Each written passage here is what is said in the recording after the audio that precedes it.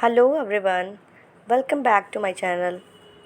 जैसा कि हमने लास्ट वीडियो में प्रेजेंट इंडेफिनिट के simple sentences and negative sentences को कवर किया था, but today in this video हम कवर करेंगे interrogative sentences, interrogative plus negative sentences and question word वाले इंट्रोगेटिव सेंटेंसेस, जैसे कि वाक्य के बीच में जब आता है उस तरह के सेंटेंसेस।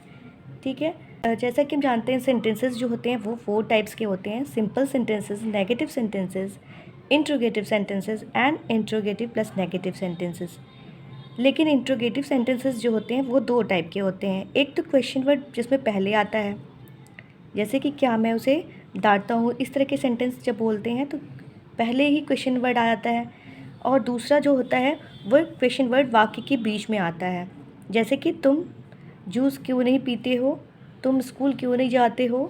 ठीक है, इस तरह के सेंटेंसेस जो होते हैं उसमें क्वेश्चन वर्ड वाक्य के बीच में आया होता है। Firstly we will see interrogative sentences, जिसमें क्या क्वेश्चन वर्ड पहले आया हुआ हो। तो उसके लिए सेंटेंस स्ट्रक्चर है डू और डज अकॉर्डिंग टू सब्जेक्ट्स, यानी कि सब्जेक्ट के अकॉर्डिंग हम डू डज का यूज़ करते हैं। जैसा कि ही शी इट के साथ हम डज का यूज़ करते हैं, या फिर कोई नेम हो उसके साथ हम डज का यूज़ करते हैं। एंड सब्जेक्ट अगर प्लूरल हो या फिर आई वी यू दे हो तो उसके साथ हम डू का यूज़ करते हैं। ठीक है, ये तो हमने लास्ट वीडियो में ही देख स्ट्रक्चर क्या है।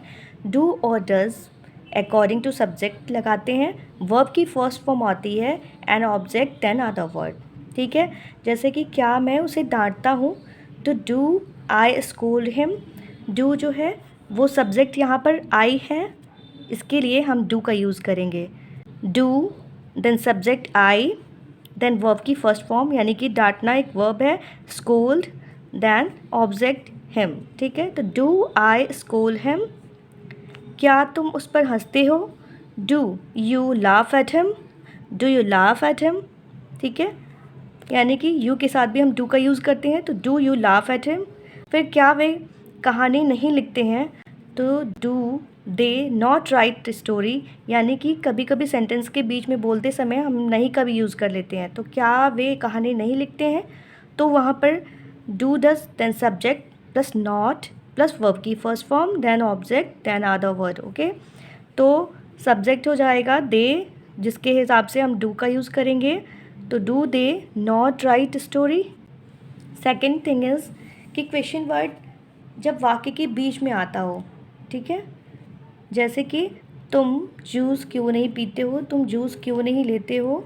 हम यहाँ क्या करते हैं, इस टाइप के सेंटेंस को अगर हमें बनाना हो, वाक्य के बीच में क्या आ रहा है, क्यों क्वेश्चन वर्ड प्लस डू और डज सब्जेक्ट नॉट, फिर वर्ब की first form plus object plus other word. अगर सेंटेंस में नॉट नहीं है तो नॉट का यूज़ नहीं करेंगे। जैसे कि तुम जूस क्यों पीते हो, अगर हमने कहा तुम जूस क्यों पीते हो सर, तो why do you drink juice, why do you drink juice, not का यूज़ नहीं करेंगे। क्यों नहीं पीते हो, तो why do you not drink juice, why do you not drink juice.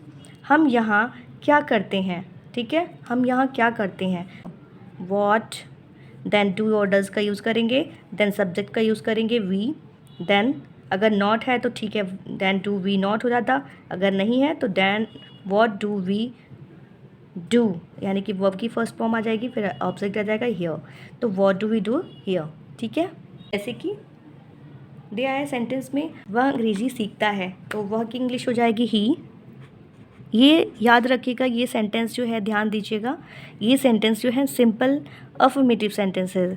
Simple affirmative sentences में हम डू डज का यूज़ नहीं करते हैं, बल्कि हम वर्ब में एस और ई एस का यूज़ करते हैं। ठीक है, तो वह अंग्रेज़ी सीखता है, तो he learns English, he learns English, वह इंग्लिश सीखता है। वह अंग्रेज़ी नहीं सीखता है, यहाँ पर नॉट है तो क्या करेंगे ही। अब नॉट वाले सेंटेंसेस में क्या यूज़ करते हैं, यहाँ से सिंपल में बस हम डू डज का यूज़ नहीं करते हैं, बस वर्ब में एस और एस यूज़ करते हैं। बट नेगेटिव में, इंट्रोगेटिव प्लस नेगेटिव में हम डू डज का यूज़ करते हैं, वहाँ पर वर्ब में एस और एस का यूज़ नहीं करते हैं। Is that clear. वह अंग्रेज़ी नहीं सीखता है, तो ही के साथ हम यूज़ करेंगे डज, ही डज़ नॉट, ठीक है, नॉट आया है यहाँ पर, नेगेटिव सेंटेंस है, तो he does not learn English. यहाँ पर एस नहीं लगाएंगे, ठीक है, क्योंकि एस डज़ हम यूज़ कर चुके हैं। तो he does not learn English.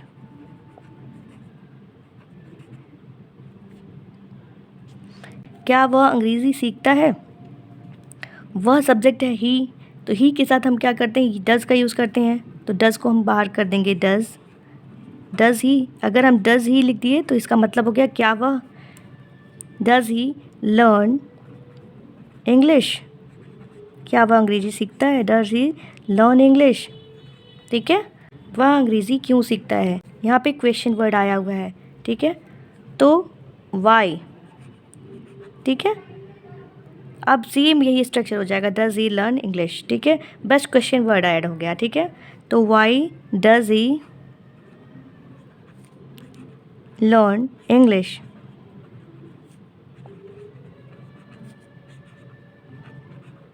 Why does he learn English. अब ये आप बताइए, वह अंग्रेज़ी क्यों नहीं सीखता है, तो सबसे पहले किसका बनाएंगे, वाई, ठीक है, वाई, फिर क्या लगाएंगे, डज़, यस डज़, फिर ही, वाई डज़ ही। अब क्या आ जाएगा, सेंटेंस जो है नेगेटिव है, तो why does he not, why does he not learn English, ठीक है, why does he not learn English, okay, ठीक है। Thank you friends for watching this video. See you in the next video. Till then, take care. Goodbye.